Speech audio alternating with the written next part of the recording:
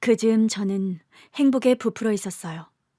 입덧이 심해서 과일밖에 못 먹으며 지내면서도 이 아이를 건강하게만 낳을 수 있다면 견딜 수 있다고 생각했죠. 그런데 어느 날 학교 복도를 걷고 있는데 다리 사이로 뭔가가 주르륵 흘러내리는 겁니다. 뒤따라오던 여자 선생님이 냉큼 겉옷을 벗어서 제 허리를 감싸주셨어요. 이 선생, 일단 화장실로 가야 할 것 같은데. 저는 싸한 느낌에 멍하니 물었던 것 같아요. 선생님, 설마 저 지금 하혈해요? 이 선생이 깜빡했나 보네. 어떡하지? 일단 화장실로 가서. 선생님, 저 임신 중인데요? 뭐? 저는 너무 놀라서 그 자리에 주저앉았고 결국 학교에 119까지 오는 소동이 벌어졌어요. 그러나 저를 당황시킨 건 학교에서 벌어진 그 소동이 아니라 병원에서 들은 진단 결과였죠. 애초에 임신이 아니셨던 것 같습니다. 말도 안 돼요. 저 임신 맞는데요. 테스트기도 2줄 나왔어요. 아직 주차가 안 돼서 병원은 안 가봤지만 분명해요. 생리도 없었고요. 생리가 좀 늦어진 걸로 보입니다. 네? 말도 안 돼요. 저 또 유산된 거죠? 그렇죠? 또요? 저 지금 유산만 5번째란 말이에요. 맞죠? 또 유산인데 지금 거짓말 하시는 거죠? 의사는 많이 당황한 듯 했어요. 정말 죄송하지만 임신이 아니셨어요. 상상 임신이셨던 것 같아요. 제가 이런 사례를 꽤 봤거든요. 더더구나 그간 유산을 계속하셨다면 더더욱 호르몬 변화나 심리적 스트레스 때문에 상상 임신을 했을 수도 있어요. 그런 줄도 모르고 동료 선생님에게까지 임신이라고 했으니 이 일을 어쩌나 싶더라고요. 그간 반복된 유산으로 인해 이번만큼은 남편이랑 둘만 알고 있었던 게 그나마 다행이었다 싶었어요. 제 꿈은 다복한 가정을 꾸리는 것이었어요. 오직 그 꿈 하나로 직업도 가정을 꾸리기 좋은 초등학교 교사가 됐죠. 아이들을 워낙 좋아하기도 했고 좋은 선생님에서 시작해서 좋은 엄마로 끝나는 것이 내 삶의 이정표이기도 했어요. 교사가 되고 결혼한 것까지는 제 삶의 계획에 착착 맞게 진행됐어요. 이즈음 결혼했으니 우리 부부가 원하던 아이 셋은 충분히 낳겠다 싶었고 이제 임신만 하면 된다고 쉽게 생각했죠. 누가 봐도 저도 남편도 건강했거든요. 그리고 얼마 안 가 그토록 기다렸던 임신이 됐을 때 저는 남편을 끌어안고 엉엉 울었어요. 여보, 우리 엄마 아빠 되는 거야. 너무 신나서 방방 뛰었는데 너무 경거망동했던 걸까요? 2달도 안 가 첫 번째 유산을 했어요. 처음엔 다 제 탓 같아서 정신을 차릴 수가 없었어요. 그날 학교 늦었다고 급히 뛰어간 게 문제였나? 면역력에 좋은 음식을 더 챙겨 먹어야 했나? 내 아이 하나 지키지 못한 내가 미웠어요. 남편은 저를 위로했어요. 괜찮아. 지금은 당신 몸 추스르는 데만 신경 써. 도대체 어떤 녀석이 우리한테 오려고 이렇게 우리 와이프를 힘들게 하나 모르겠네. 내가 우리 애를 힘들게 한 거 아닐까? 그래서 우리 애가 가버린 거면? 쓸데없는 소리. 2달도 안 됐었잖아. 너무 큰 의미 부여하지 말자. 남편은 자신이 가져본 적이 없어서 그런지 생각보다 정리가 빠르더라고요. 솔직히 좀 섭섭했어요. 태어날 수 있었던 우리 아이가 사라진 건데 다음 아이를 생각하다니. 내가 알던 아이 좋아하고 다정다감하던 그 남자가 맞나 싶더라고요. 그러나 2번째 임신에 성공하면서는 저도 유산한 아이는 있게 되더라고요. 2번째로 찾아온 이 아이를 지켜야겠다는 생각뿐이었어요. 그때부터는 절대 무리하지 않겠다는 것을 인생 목표처럼 삼고 살았죠. 그러나 그렇게 조심했는데도 2번째 아이도 유산이 되고 말았어요. 너무 무섭더라고요. 유산이 또 될 거라고는 생각조차 해본 적 없었으니까요. 문제는 3번째 임신 역시 유산으로 끝났다는 거예요. 그 즈음 되자 임신이 돼도 기쁘기보다는 걱정이 앞서더라고요. 그리고 저를 정말 힘들게 했던 건 네 번째 유산이었죠. 7개월이 넘게 아이를 품고 있었고 이번에는 정말 태어나려나 보다, 우리에게 오려나 보다 했는데 임신 7개월째에 또 유산을 한 거예요. 그 즈음에는 정말 비관적이었죠. 여보, 아무래도 난 무자식 팔자인가 봐. 나 때문에 당신까지 어떡해? 여보, 당신이 유산이 됐다면 그건 내 책임도 있는 거야. 당신만의 문제가 아닐 거야. 여보, 나 어떡해? 난 이제 임신해도 기쁘지가 않아. 결국 병원에서도 난임 판정을 하더라고요. 남편은 한의사였어요. 소개팅으로 만나 결혼까지 하게 됐는데 첫눈에 그냥 잘 맞는 짝이라는 걸 알았어요. 우리는 아이를 좋아한다는 공통점이 있었고 아이 셋 이상을 낳고 싶다는 점도 똑같았어요. 다산을 원하지 않는 부부도 많고 심지어는 딩크족을 선택하는 부부들도 많은 세상에 뭔가 잘 통한다 싶더라고요. 그래서 이유를 물어봤죠. 왜 아이를 셋 이상 낳고 싶으세요? 저희 집이 워낙 다복했거든요. 저도 그런 가정을 꾸리고 싶어서요. 자고로 식구는 많을수록 좋다는 게 제 생각이에요. 와, 부럽네요. 저는 오히려 반대예요. 저는 외동딸이라 늘 형제자매 있는 친구들이 부러웠었어요. 아, 그래서 셋 이상 낳고 싶으신 거구나. 아이들한테 형제자매를 만들어주고 싶으신 거네요. 마음이 참 따뜻하시네요. 제 욕심일 수도 있지만 저도 하나보다는 둘이 낫고 둘보다는 셋이 낫다고 생각해요. 초등학교 교사시면 남부러울 것 없이 편하게 사실 수 있을 텐데 자녀를 셋 이상 원하실 줄은 몰랐어요. 이렇게 잘 맞는 분을 만난 것도 처음이네요. 같은 마음이었지만 처음부터 너무 좋아하는 티를 내고 싶진 않더라고요. 그래서 그런가요? 하고 내숭만 떨다 왔죠. 아무래도 나 결혼하겠다 싶어서 밤새 잠이 안 왔던 기억이 나요. 왜냐하면 잠들기 전 그 사람에게서 애프터 신청이 왔거든요. 언제 한번 자기가 좋아하는 곳에 가고 싶다고 하는데 딱 30분만 기다렸다가 대답했어요. 좋다고요. 그렇게 남편과의 연애가 시작됐죠.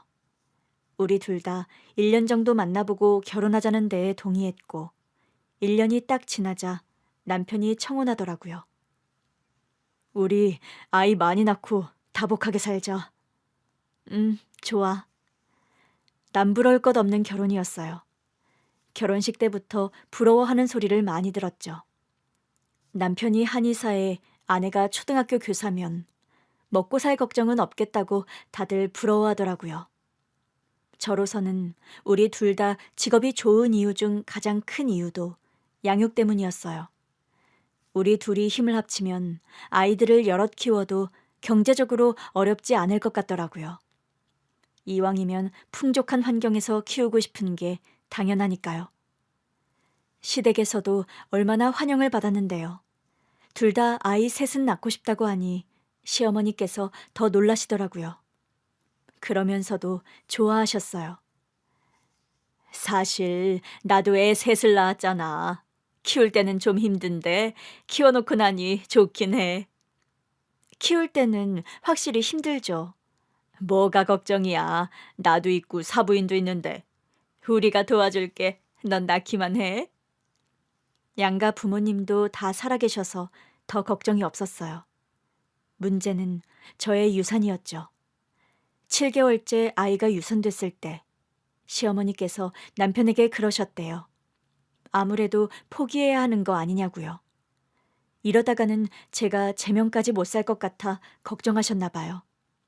남편이 시어머니의 말씀을 전하며 덧붙이더라고요. 나도 이제 생각이 좀 바뀌었어. 굳이 애 셋이나 낳아서 뭐 할 거야. 하나라도 낳아서 잘 키우면 되지. 난 그래도 다복한 게 좋은데. 난 당신이 무리하거나 스트레스 받지 않는 게 더 좋아. 그러나 7개월을 품은 아이가 유산이 되는데 스트레스 받지 않을 엄마가 어딨겠어요. 저는 이미 스트레스로 쓰러지기 일보 직전이었어요. 갑자기 몸이 허전해지자 마음도 허전해졌어요. 곧 만날 아이 생각에 사둔 아기용품도 다 무용지물이 되고 말았죠. 한동안은 아기용품을 보면서 울기만 했던 것 같아요. 그러고 있는데 친정엄마가 오셨어요. 미역국은 먹었어? 왜 왔어? 오지 말라니까. 미역국은 먹여야 할 것 같아서. 벌써 3번째 유산하고 미역국을 먹네? 이제 지겨워. 안 먹어도 될 것 같아. 유산도 출산이랑 똑같다더라. 미역국도 먹고 기력도 회복해야지. 엄마, 나 아무래도 아이 못 낳는 몸인가 봐. 순간 엄마가 갑자기 눈물을 터뜨리시더라고요. 엄마, 울어? 너도 이럴 줄은 몰랐지. 나도 난임이었어. 뭐? 나도 너 낳기 전에 유산을 몇 번을 한 건지 기억도 안 나. 겨우 너 하나 얻은 걸로도 감지덕지했어. 그런 말을 왜 이제야 해? 미리 말한다고 뭐가 달라져? 괜히 너만 불안하지. 그래도 더 조심했을 거 아니야. 조심한다고 되는 것도 아니야. 그냥 나랑 만날 아이면 결국 태어나는 거야. 안 태어나면? 나도 너랑 결국 만났잖아. 중요한 건 희망을 잃지 않는 거야. 그리고 무리하지 말고. 스트레스가 가장 안 좋아. 당분간은 그냥 임신 생각일랑 다 잊고 너 하던 생활에만 집중해. 어떻게 그래? 7개월 된 내 자식을 잃었는데. 태어나지도 않은 애한테 의미 부여하지 마. 뭐? 엄마 너무한 거 아니야? 그렇게 하나하나 의미 부여해서는 못 견디니까. 나라고 안 그래 봤겠어? 결국 나랑 만날 아이면 나한테 와. 그러니까 조바심 낼 거 없어. 엄마도 난임이었다니 그때부터는 눈앞이 더 캄캄하더라고요. 결국 시험관 시술을 하기로 했고 한동안은 계속 실패만 했어요. 시술이 거듭될수록 몸이 아주 힘들더라고요. 그러자 남편이 그냥 아이 낳지 말고 살자는 얘기까지 하더라고요. 저를 배려해서 하는 말인 건 알겠는데 저는 오히려 더 시무룩해졌죠. 이제 남편도 내가 임신 가망이 없다고 생각하는구나 싶더라고요. 그 즈음 상상 임신도 했던 거예요. 그러나 말 그대로 상상 임신이었다는 사실이 밝혀지면서 우울증이 왔어요. 그 증상이 너무 심각해서 나쁜 생각도 했었어요. 생각만 한 게 아니라 실제로 행동까지 했었는데 다행히 남편이 발견하면서 생명은 건질 수 있었죠. 그 즈음에는 우울증 치료가 먼저라는 남편의 판단하에 시험관 시술도 중단했어요. 그랬더니 하루하루 시간이 가는 게 더 불안하더라고요. 하루하루 갈수록 내 자궁 나이는 더 들어갈 텐데 하고요. 그 절박함 때문에 우울증 치료를 더 열심히 받긴 했던 것 같아요. 우울증 치료를 안 받으면 절대 시험관 시술을 허락할 수 없다는 남편의 태도가 아주 단호했거든요. 감사하게도 우울증 치료가 끝날 즈음 신우이가 개원을 했어요. 남편은 한의사, 신우이는 산부인과 의사였거든요. 저한테 자기 병원으로 오라고, 자기가 어떻게든 임신을 돕겠다고 해서 다시 시험관 시술을 시도하기로 했어요. 가족의 정성 덕분이었을까요? 결국 또 한 번의 임신에 성공했어요. 언니, 축하해요. 임신이에요. 진짜 맞는 거죠? 그럼요, 언니. 지금부터는 무조건 안정을 취하셔야 해요. 난임으로 휴직까지 한 게 도움이 됐나 봐요. 마음이 편한 게 최고니까요.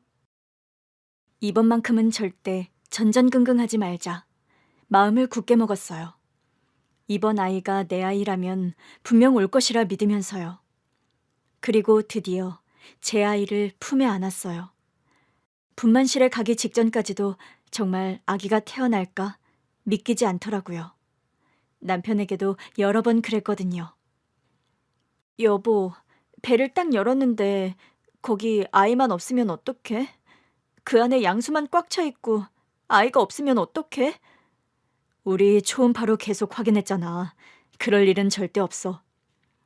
난 아직도 안 믿겨. 우리 애가 드디어 세상에 나온다는 게 전혀 안 믿겨. 신우이가 이제 제 나이도 있고 속 골반도 좁다면서 자연분만보다는 제왕절개를 권하더라고요. 그래서 신우이만 믿고 그러겠다고는 했는데 진통을 못 느끼니까 또 불안한 거예요. 신우이가 그런 저를 진정시켰어요. 언니, 눈 딱 감고 호흡 몇 번 하시면 드디어 아이랑 만날 거예요. 그러니까 행복한 꿈 꾸세요. 아가씨, 우리 아기 진짜 잘 부탁해요. 우리 조카를 제가 가장 먼저 품에 안아보겠네요. 난 너무 좋지. 우리 식구가 안아주는데. 알겠어요, 언니. 이제 긴장 풀고 호흡. 저는 신우이를 따라 호흡을 하며 분만실로 간 기억까지만 나요. 의식이 돌아왔을 때 우리 아이가 제 옆에 누워 있었어요. 정말 보고도 믿기지 않아서 얼마나 울었는지 몰라요. 남편도 우리 식구들도 다 울더라고요. 처음에는 애를 낳는 것도 어찌나 겁나던지 행여나 애가 잘못될까봐 제대로 앉지도 못하고 벌벌 떨었어요. 다행히 아이는 건강하게 잘 자라주었고 어느덧 초등학교에도 입학하게 됐죠. 우리 부부가 원하던 다자녀는 아니었지만 한 명이라도 잘 키우면 된다고 양가 부모님들도 격려해 주셨어요. 이제 그만 고생하고 애 하나만 잘 키우라고 하시더라고요. 또 기회가 되면 늦게라도 둘째가 올 수 있으니 너무 걱정하지 말라면서요. 딸이 태어난 후 저는 고심 끝에 교사도 관뒀어요. 이제 내 인생의 남은 목적은 내 딸이다 생각하고 살았죠. 딸이 9살이 되던 해 담임 선생님과 학부모 상담이 있었어요. 잘 차려입고 학교로 갔는데 담임 선생님이 저를 보더니 갸우뚱하시더라고요. 선생님, 왜 그러세요? 그러자 선생님이 아차 싶었는지 웃으면서 그랬어요. 우리 민주가 아버님을 많이 닮았나 봐요. 네? 아, 그게 어머님이랑은 많이 안 닮아서 민주 어머니가 아니신 줄 알았어요. 제가 눈썰미가 좋은 편은 아니긴 한데 보통 문 열고 딱 들어오시면 아, 어머니시구나 싶거든요. 아, 사실 종종 이런 일이 있긴 했어요. 전학년 때도 학부모 상담을 하러 갔는데 비슷한 말을 들었거든요. 당황스럽긴 했지만 저도 웃으면서 그랬어요. 그러니까요. 힘들게 낳은 딸인데 저를 왜 이렇게 안 닮았나 모르겠어요. 섭섭하게. 죄송합니다. 제가 괜한 소리를. 크면서 더 닮지 않을까요? 그런 경우도 많다고 들었어요. 그렇겠죠? 웃으면서 좋은 분위기 속에서 상담을 마치고 나오는데 아무래도 기분이 좀 이상한 겁니다. 우리 딸이 남편도 거의 닮지 않았거든요. 어쩜 이렇게 우리 안 닮을 수 있나 싶게 안 닮은 얼굴이었어요. 왜냐하면 우리 부부는 둘 다 외꺼풀에 아주 평범한 외모를 갖고 있었는데 우리 딸은 쌍꺼풀도 예쁘게 지고 인형처럼 생긴 아이였거든요. 그래도 내 딸이 예쁘니까 그저 좋은 거라고만 생각했는데 그때부터 살짝 고민이 되더라고요. 왜 한 번 의심이 생기면 그게 눈덩이처럼 불어나는 거잖아요. 그래서 저와 딸의 친자 검사를 맡겼는데 불일치가 나온 겁니다. 저는 친자 검사지들을 들고 신우이를 찾아갔어요. 아가씨, 혹시 병원에서 아이가 바뀌기도 해요? 언니, 무슨 그런 말도 안 되는 말씀을. 이거 봐요. 우리 애가 내 친자가 아니래요. 친자 검사 결과를 본 신우이 얼굴이 하얗게 질리더라고요. 아가씨, 어떡하면 좋아요? 애가 바뀐 것 같아. 산부인과 원장인 신우이 병원에서 낳은 내 딸이었어요. 9살이 된 내 딸이 나도 그렇고 우리 남편도 너무 닮지 않아 친자 검사를 해봤는데 남의 자식으로 나온 겁니다. 그러나 신우이는 멍하니 검사지만 볼 뿐 무슨 말을 못하더라고요. 아가씨, 그날 태어난 아이 중에 우리 애가 있는 것 같아요. 기록은 다 있죠? 신우이가 친자검사지를 내려놓더니 갑자기 그걸 박박 찢는 겁니다. 아가씨, 지금 뭐 하는 거예요? 진실을 알려줄 때가 되었군요. 갑자기 아가씨가 그러는데 온몸에 소름이 돋더라고요. 저는 신우이의 어깨를 흔들며 물었어요. 아가씨, 바른 대로 말해요. 뭐가 어떻게 된 거예요? 언니, 진정하세요. 내가 지금 진정하게 생겼어? 아가씨는 알고 있었던 거죠? 애 바뀐 거 알고 있었는데 소문나면 병원에 타격 갈까봐 쉬쉬한 거죠? 그렇죠? 언니, 만약 그랬다면 나는 어떻게든 내 조카를 되찾아왔을 거예요. 내가 설마 난임 끝에 태어난 우리 조카가 남의 손에 크게 뒀겠어요? 옛날에야 아이가 바뀌는 일이 있었다고도 하지만 요즘은 그런 일이 일어날 수가 없어요. 그럼 뭔데요? 내 친자가 아니라잖아요. 검사 결과가 잘못되기라도 했다는 거예요? 아가씨가 말한 진실이 뭐냐고요? 신우이가 갑자기 제 앞에 무릎을 꿇더라고요. 아가씨, 언니 아이는 이미 뱃속에서 유명을 달리한 상태였어요. 뭐라고요? 제왕절개로 꺼냈을 때 이미 숨을 쉬고 있지 않았다고요. 그게 무슨 소리예요? 그럼 우리 민주는요? 언니, 그 애는 언니 아이랑 같은 날 우리 병원에서 태어난 아이가 맞아요. 뭐라고요? 머릿속이 새하얘지더라고요. 저는 놀라서 아가씨 앞에 같이 무릎을 꿇고 앉았어요. 아가씨, 설마 나 때문에 남의 애를 빼돌리기라도 한 거예요? 언니, 정말 그랬어요? 말도 안 돼. 아무리 그래도 그런 일을 벌이면 어떡해요? 오빠도 오라고 해야겠네요. 오빠도 안다고요? 네. 말도 안 돼. 우리 남편도 같이 짜고 벌인 일이라고요?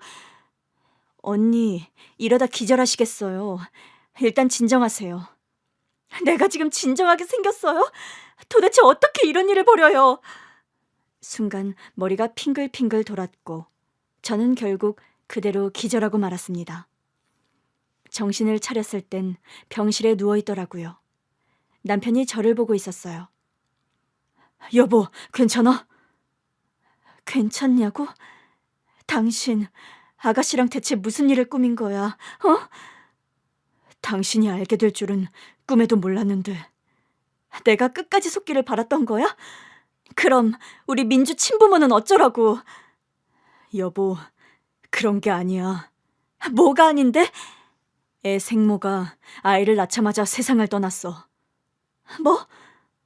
남편의 입에서 나온 말은 제 상상보다 더 충격적이었어요. 당신이랑 비슷한 시간에 다른 분만실에서 출산하던 산모였는데 아이를 낳자마자 유명을 달리한 거야.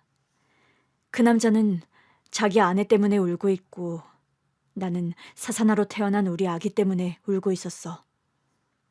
둘이 멀찍이 서서 울다가 서로의 사정을 알게 됐는데 그 남자가 나한테 와서 그러는 거야. 혹시 자기 아이를 키워줄 수 있냐고. 내가 무슨 소리냐고 하니까 자기는 사실 아이 키울 형편이 안 된다고 하더라고. 그게 말이 돼? 당신 지금 나 또 속이는 거지? 아니야, 정말이야. 행색도 남루하기도 했고 사실 둘이 돈이 없어서 결혼도 못했다고 하더라고. 아이 때문에 일단 출산하고 혼인신고하고 하려고 했다는데 자기가 잘해준 게 없다면서 하염없이 울더라고. 자기가 저 애를 데려가면 자기 여자친구처럼 결국 제대로 살게 못할 것 같다고. 사산된 아이 대신 자기 아이를 키워주면 안 되겠냐고 그러는 거야. 나는 절대 안 된다고 했어. 그게 말이 되냐고. 어떻게 당신 아이를 내 아이라고 속이냐고. 근데 그걸 최 원장이 들은 거지. 아가씨가? 그렇게 하자고 하더라고. 나는 안 된다고 했는데 최 원장이 자기만 믿고 맡기라고 그렇게 하자는 거야. 안 그랬다가는 이번에는 당신이 못 살 수도 있다고. 그냥 눈 딱 감고 언니 살리자고 하더라고. 이번에는 꺼냈는데 이미 숨이 안 붙었다고 하면 언니는 분명 다 자기 탓이라고, 자기 태가 저주받았다고 하면서 또 무슨 일을 할지 모른다고 하는데 당신이 극단적인 행동까지 했던 게 떠오르더라고. 어쩌면 최 원장 말이 맞을 수도 있겠다 싶었어. 그래서 우리 딸을 내가 낳은 아이라고 속였다고 애 친아빠도 부탁했어. 그냥 당신이 낳은 아이로 해달라고.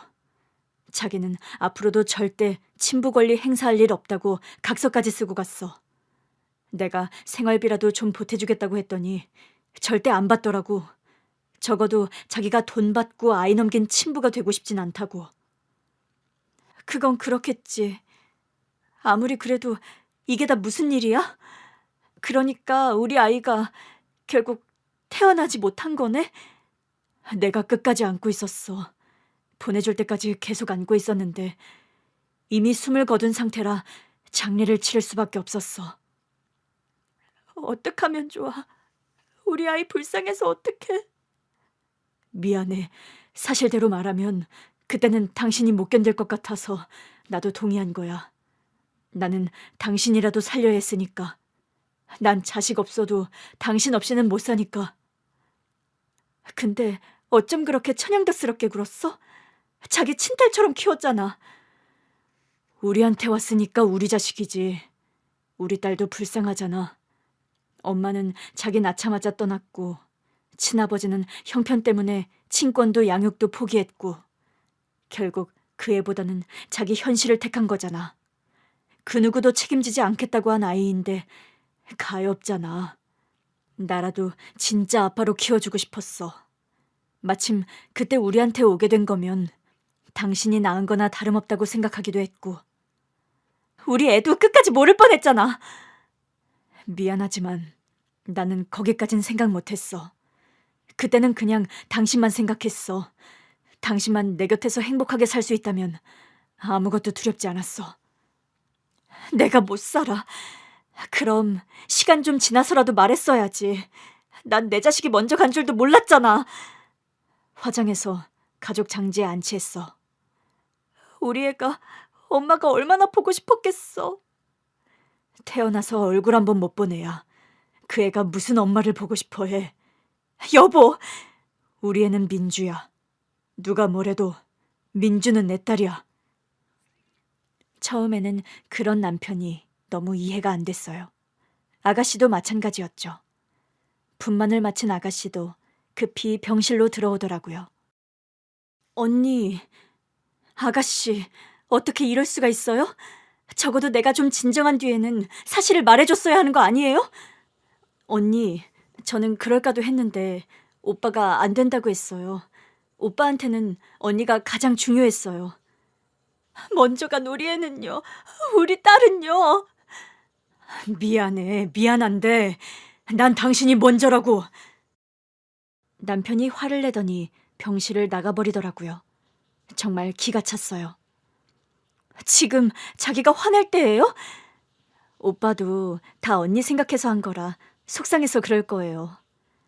정말 내가 눈치 못 챘으면 끝까지 말 안 하려고 했던 거예요? 오빠가 알아서 하겠다는데 제가 무슨 권리로 말을 하겠어요. 언니, 하나만 알아주세요. 시작은 제가 했지만 오빠가 제 의견을 받아들인 건 언니 하나만 보고 한 거예요. 결과적으론 민주도 좋은 부모님을 만났고 언니랑 오빠도 운명처럼 자식을 얻었잖아요.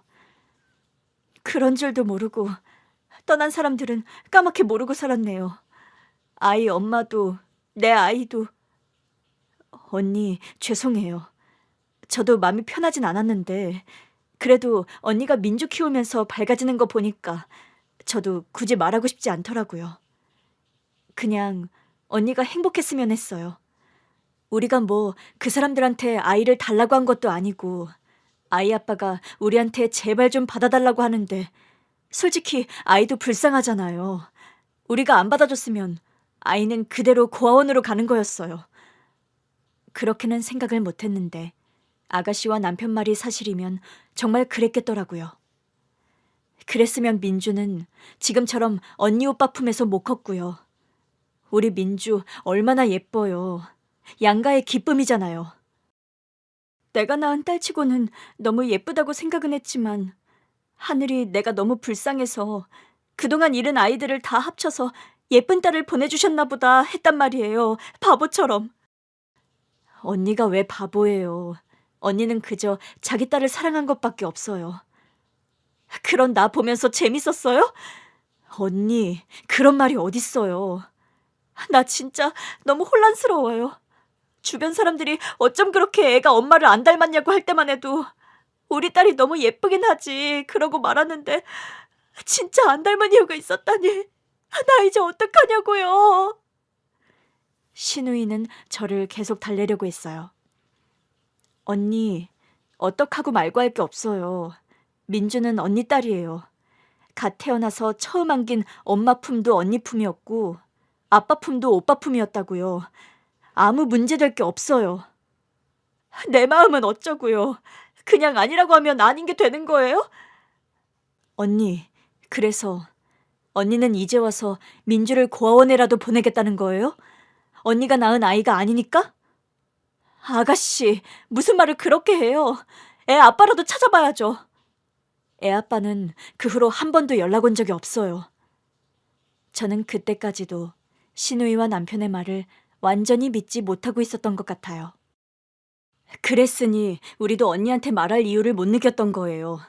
민주 태어나고 벌써 9년이 지났어요. 우리 병원도 늘 여기 있었고요. 찾아오려고 했거나 아이 소식이 궁금했다면 전화라도 할 수 있잖아요. 그런데 끝내 안 하더라고요. 세상에, 아무리 약속이었다고 해도 좀 너무하네요. 저도 내심 한 번은 연락이 오지 않을까 했는데 안 오더라고요. 그러다 저도 모르게 화들짝 놀라고 말았어요. 우리 애 집에 올 시간인데? 저 일단 가볼게요. 언니, 링거는 다 맞고 가셔야. 그냥 좀 놀란 거예요. 오빠한테 가라고 하면 되죠. 맞다. 이 사람도 여기 있지. 그 사람이 애를 어떻게 챙겨요? 이거 좀 빼주세요. 엄마로 살아온 게 습관이라 저도 모르게 애부터 챙기게 되더라고요. 나가는데 남편이 병원 앞에서 쪼그려 앉아 있더라고요. 그냥 확 가버릴까 하다가 또 그러고 있는 건 꼴보기 싫어서 말했어요. 뭐해? 애 끝날 시간인 것도 모르지? 사람을 놀라게 했으면 애라도 잘 보던가. 애 끝나는 시간인 줄도 모르고 넋놓고 있으면 어떡하냐고. 애 배고프겠다. 간식 준비도 못했네. 나는 애 데리러 갈 테니까 애 좋아하는 간식 좀 사서 집에 가 있어. 학교 근처 학원 앞으로 가니 우리 딸이 친구들이랑 방긋방긋 웃으면서 나오더라고요. 저는 딸을 향해 손을 흔들었어요. 우리 아기 잘 다녀왔어? 엄마, 우리 아기가 뭐야? 나 이제 학생이라고. 그래, 우리 집 학생. 잘 다녀왔어? 엄마, 오늘 간식은 뭐야? 글쎄, 잘 모르겠네. 내 간식 없어? 오늘 간식 담당은 엄마가 아니거든. 딸의 눈이 휘둥그레지더라고요. 집에 도착한 딸은 신나서 아빠 품에 안겼어요. 아빠가 간식 담당이었어? 그럼 아빠가 우리 딸 좋아하는 간식 많이 사왔지? 우와, 아빠 최고야. 아빠 최고야? 응. 남편이 딸에게 금이야 오기야 간식을 먹이는 사이 저는 친정에 연락했어요. 엄마, 오늘 저녁에 우리 애 좀 봐줄 수 있어? 저녁 먹여달라고? 저녁도 먹여주고 우리 갈 때까지만 좀 데리고 있어줘. 최서방이랑 잠깐 다녀올 때가 있어서. 어머, 어디 초상이라도 났어? 어? 그렇네. 알겠어, 얼른 보내. 지금 집에 왔겠는데?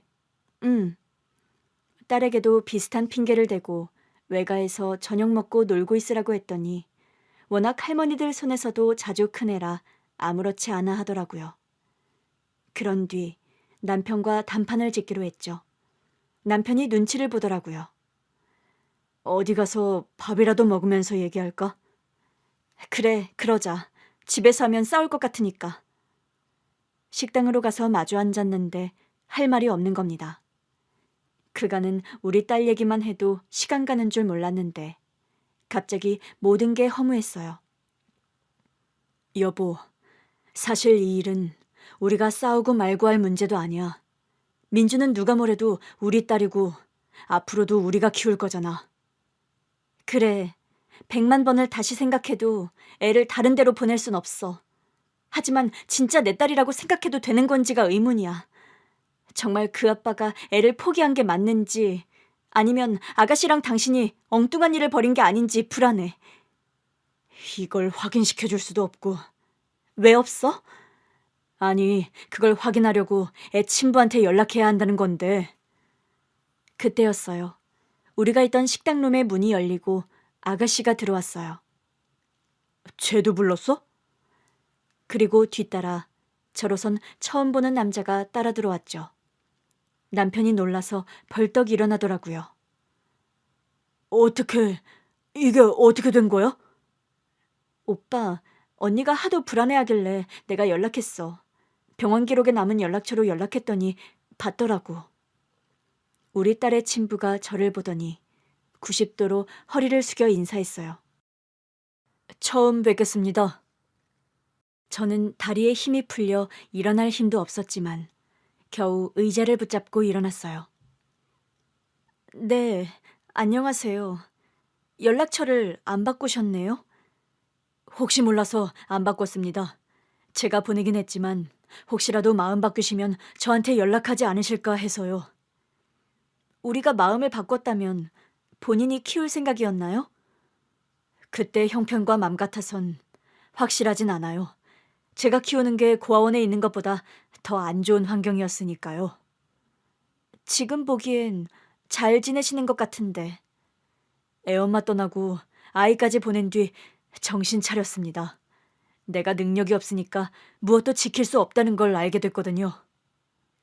우리가 서서 얘기하자 신우이와 남편이 일단 앉자고 하더라고요. 식사를 주문한 뒤 대화가 이어졌어요.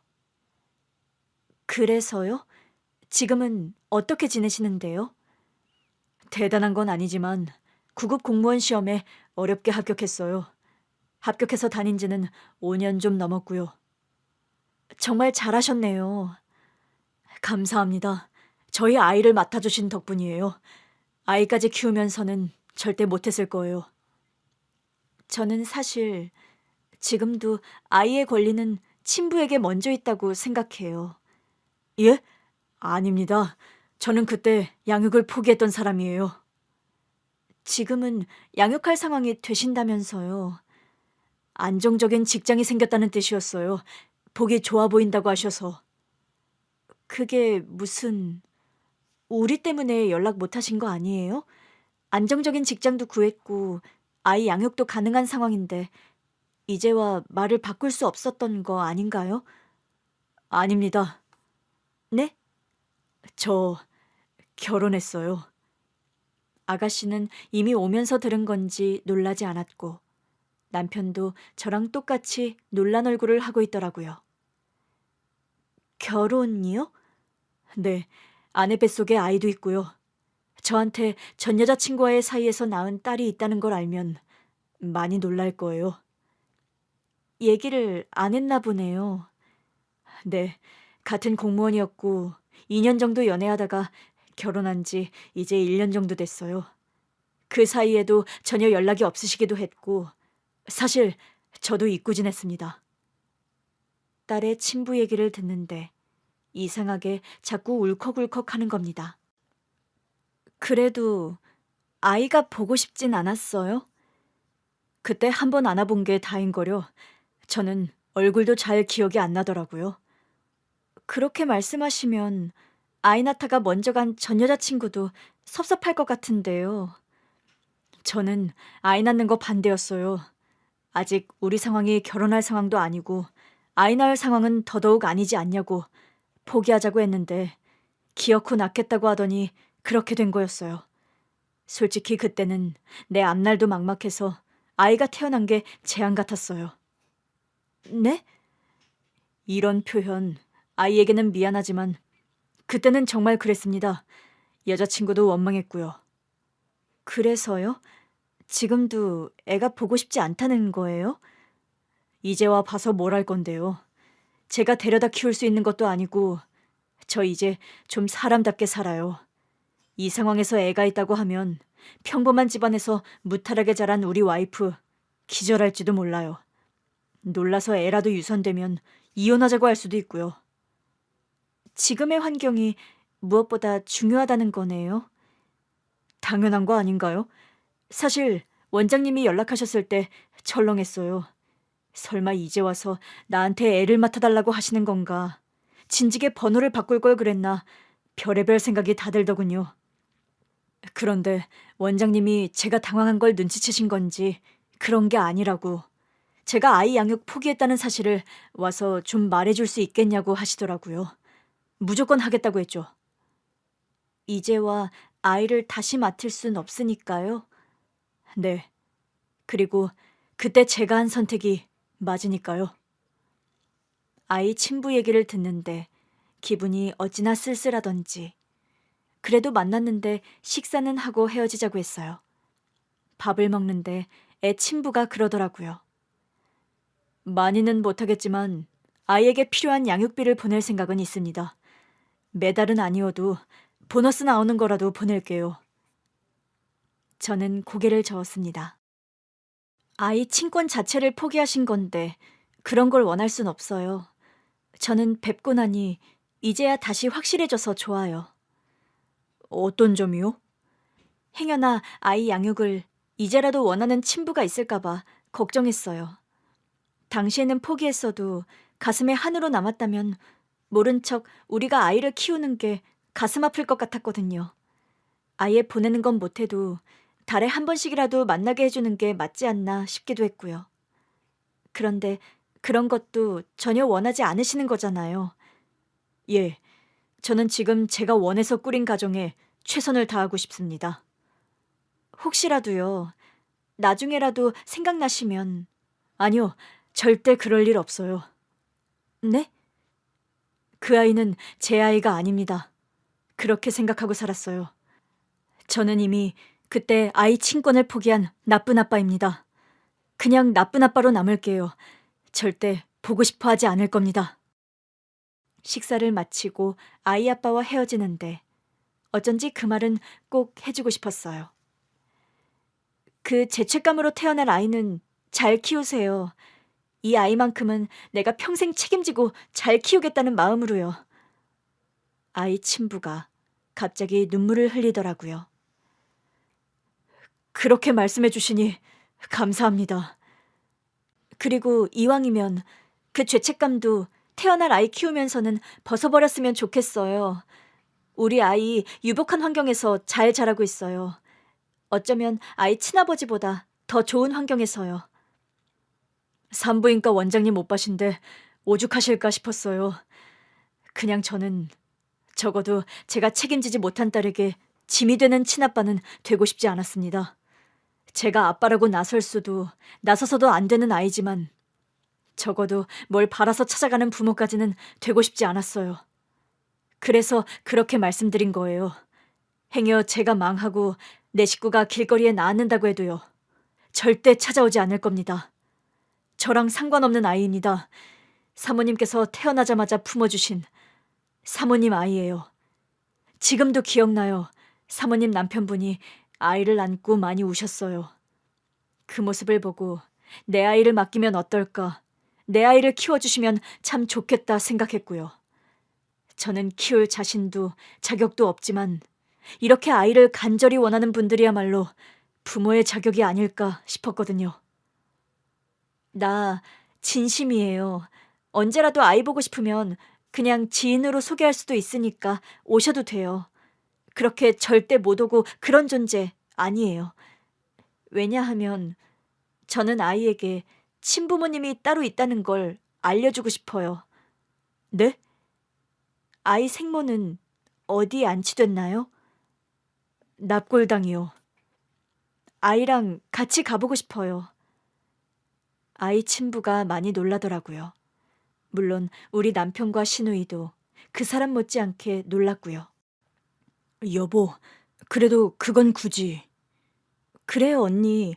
굳이 아이 친아빠도 나서지 않겠다는데 굳이 친엄마가 있다는 걸 밝힐 필요가 있어요? 아가씨, 사람은요, 마음이 커야 어른이 되는 거잖아요. 네?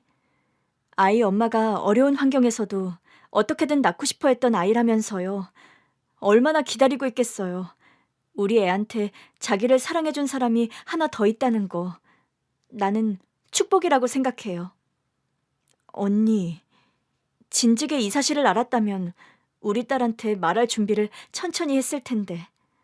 당장은 말 못해도 천천히 알려줄 생각이에요.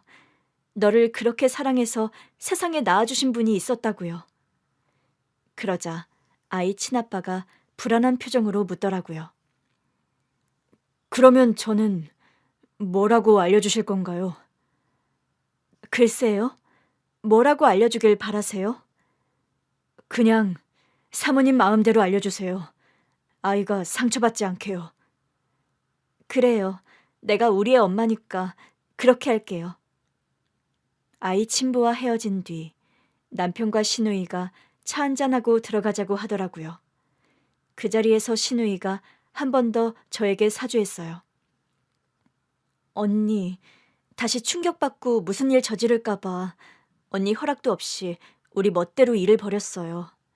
용서해주세요, 언니. 내가 당신 없이 살 자신이 없어서 그랬어. 미안해.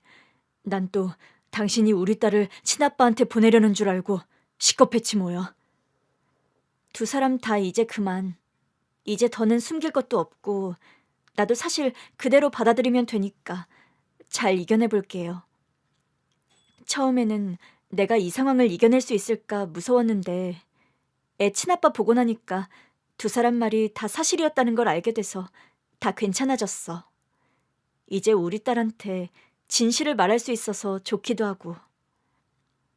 근데 언니, 그걸 굳이 말할 필요가 있어요? 말했잖아요. 우리 딸을 낳아준 그 엄마. 우리 애가 그 엄마가 자기를 얼마나 사랑해서 낳아줬는지는 알아야지. 그냥 같은 엄마여서 그런가? 아이를 낳고 싶었던 그 엄마의 마음을 알 것 같아서 그래요. 내가 그 사람의 입장이었다고 생각해봐요.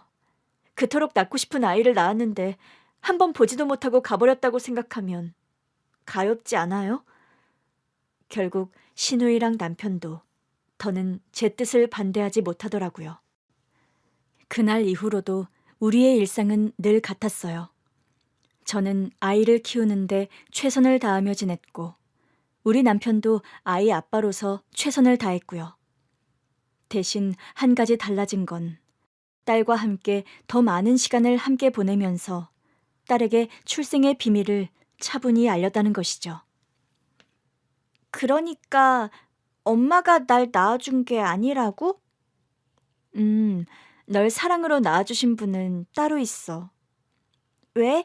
왜 엄마가 안 낳았어? 안 낳은 게 아니라 못 낳은 거야. 엄마가 임신이 돼도 자꾸 유산이 됐었거든. 정말? 그날도 엄마가 아이를 낳으러 갔는데 아이가 뱃속에서 먼저 하늘나라로 가버린 거야.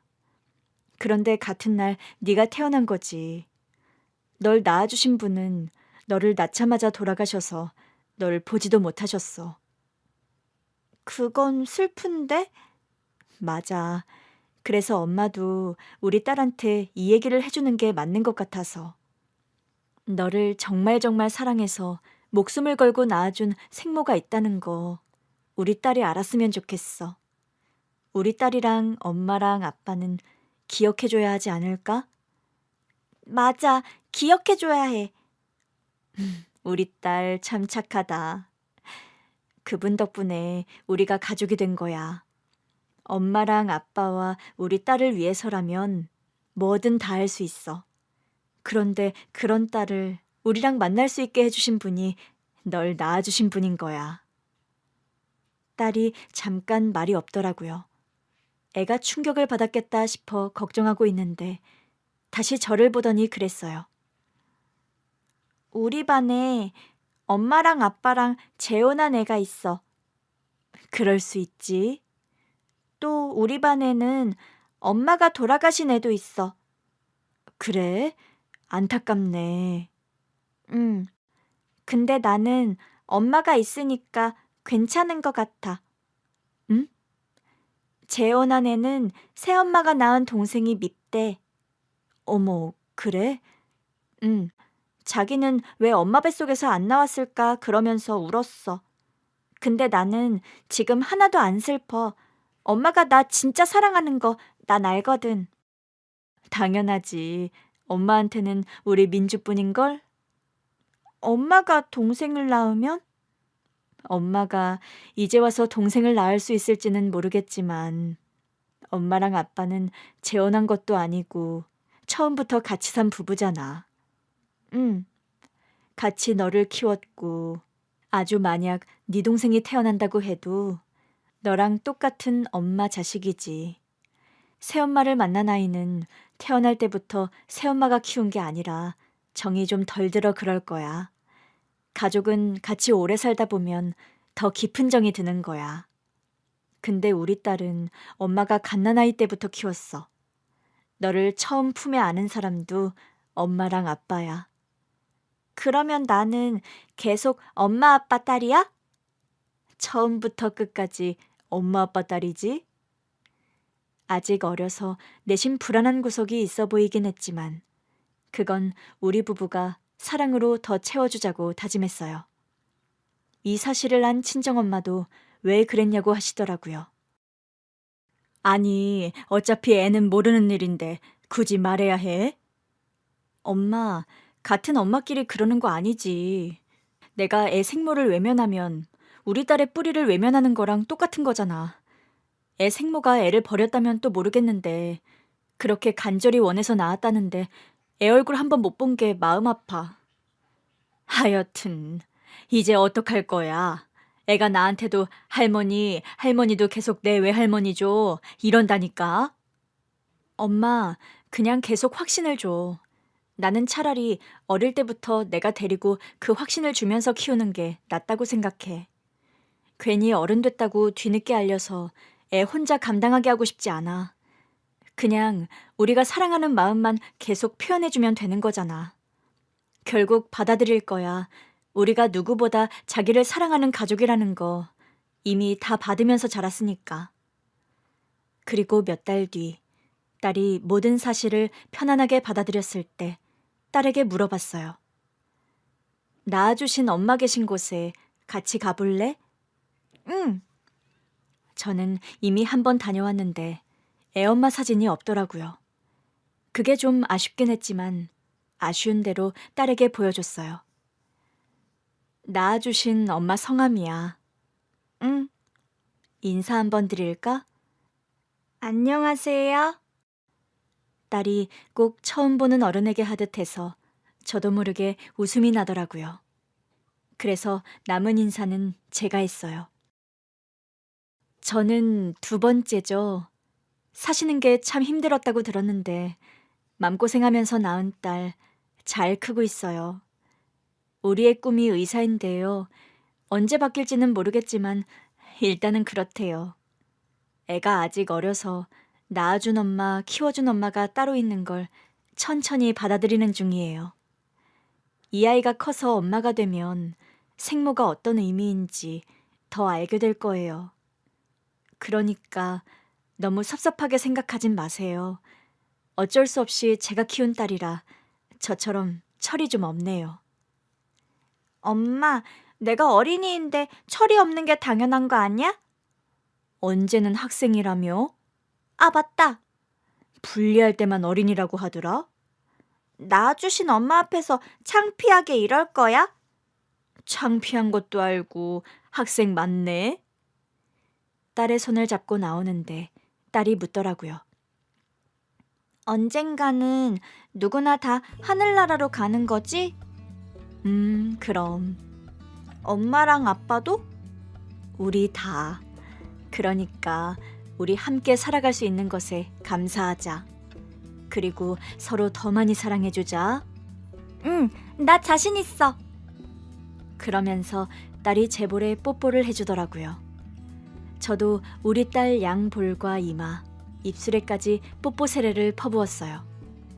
마지막으로 딸의 생모가 잠든 납골당을 돌아보며 이렇게 사랑스러운 내 딸을 낳아주셔서 감사하다고 한 번 더 인사한 뒤 딸의 손을 잡고 집으로 돌아왔습니다.